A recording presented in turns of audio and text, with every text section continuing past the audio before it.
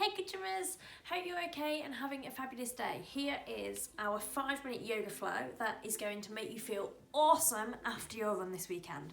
Give it a go, you'll be fine.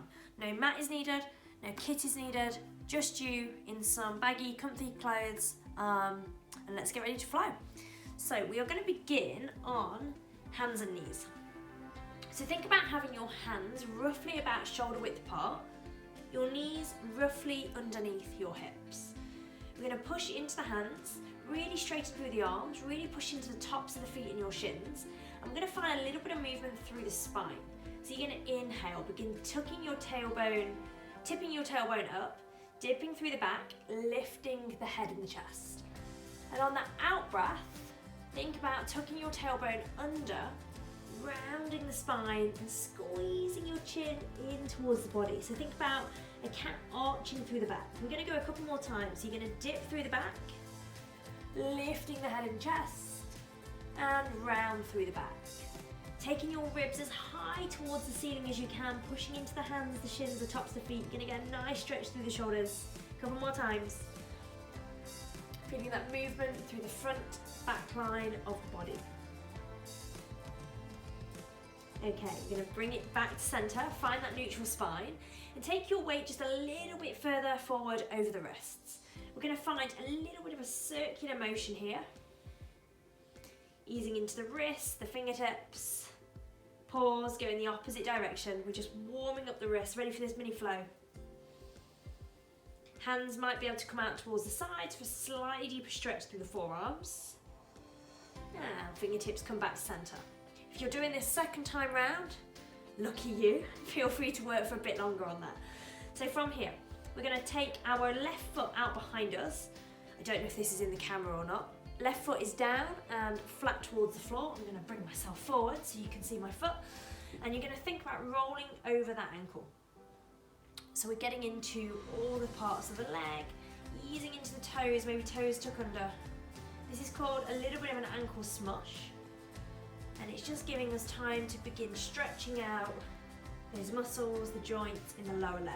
We can bring that knee back down, exact same on the other side. Top of the right foot comes down, and we find that movement. This also gets a nice stretch into that hip socket and into the glute a little bit. If you've just been for a run, you're really going to feel this through the back line of the leg. Evenly smushing out both sides, we're going to bring ourselves back into that tabletop position. From here, we're going to tuck our toes under. We're going to hover the knees about an inch off the floor so we can find our abs a little bit more here. We're going to push into the hands and almost think about pulling the hands back towards you. A little bit of shaking is fine. Bum goes high. We find what we call in yoga a downward dog. So let's bend the knees to begin with because the back of the legs are going to be a bit tight. And we think about pedaling the feet, the heels alternately coming down towards the mat or the carpet or the tiles, whatever you're on. So it's a great way to find a bit of length through the back of the legs. Then we're going to try and hold in a bit of stillness. Bend the knees, think about really sinking your chest back towards the thighs. This gives us a chance to stretch out the back of the body. One more breath. Next step, right foot goes high, point through the toes. Bend that left knee still. We're going to bring knee in towards the chest. And we're going to plant the foot between the hands. If it doesn't make it, shuffle it through. Back knee drops. We release the toes. Now we're going to spend a couple of breaths here thinking about pushing our knee and hip forward. So we're getting a nice stretch through this left hip flexor.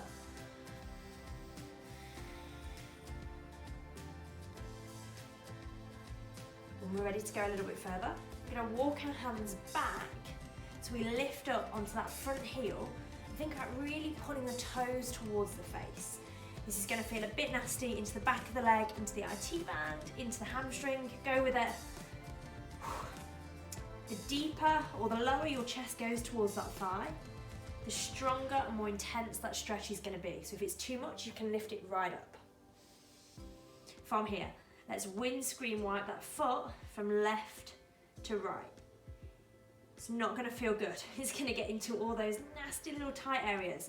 Now where you've got a particular spot that feels really achy today, think about holding it and maybe seeing if you can just sink your chest a little bit deeper.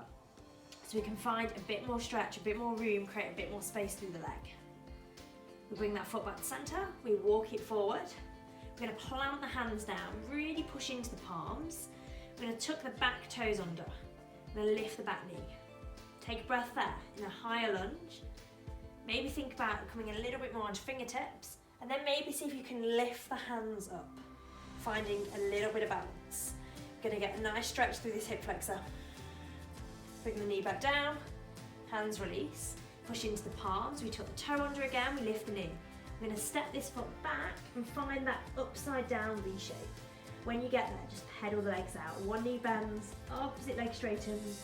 Thinking about trying to drop your head so your ears are between your biceps. Let's take that breath of stillness again. Driving the heels down towards the floor, but keeping that little bend in the knees if the back of the legs are still tight, they probably are. Left leg reaches high, point through the toes. Soften that right knee if you need to. Left knee comes in towards the chest. We plant the foot between the hands. You might need to wiggle it through. Back knee drops. We release the toes and we spend a couple of breaths pushing knee and hip forward.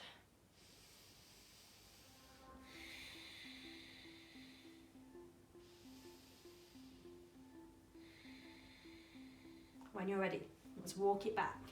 Let's come up onto the heel, pulling toes towards you. Couple of breaths there.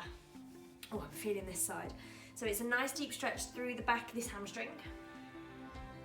And then we're going to make it a little bit more intense by starting to windscreen wipe that foot from left to right. So I like seeing this almost as a bit of flossing out for the whole of this leg. So we're going to get into the hamstring, the IT band, the calf, the shin, the ankle, the toes. A couple more breaths. Hold where you've got a particular tight spot, feeling it here. And we walk it forward. When you get there, plant the hands, push into the palms. Tuck your back toe under, lift the back knee, and think about really pushing through that back leg. Push through the heel. We're going to see if we can lift fingers up so we come into a high lunge. Find that balance. Find that stretch, that back right leg. Hands come down. You can drop the back knee briefly. Reset. Tuck the toes under, knee lifts. You step the leg back. Find your downward dog. Give the knees a little pedal out when you get there. Drop the knees towards the floor. Take the knees nice and wide. And think about sending your bum back towards the heels. Now you might hover. If you can sink it all the way down, go for it. Bring the arms forward and drop the forehead. Finding length through the spine in our child's pose.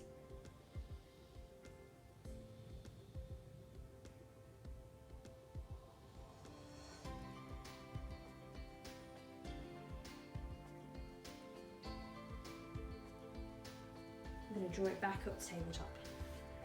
We're just going to finish with a couple of those cat-cows that we did right at the beginning of the little flow. So we push into the hands, we push into the shins, tops of the feet.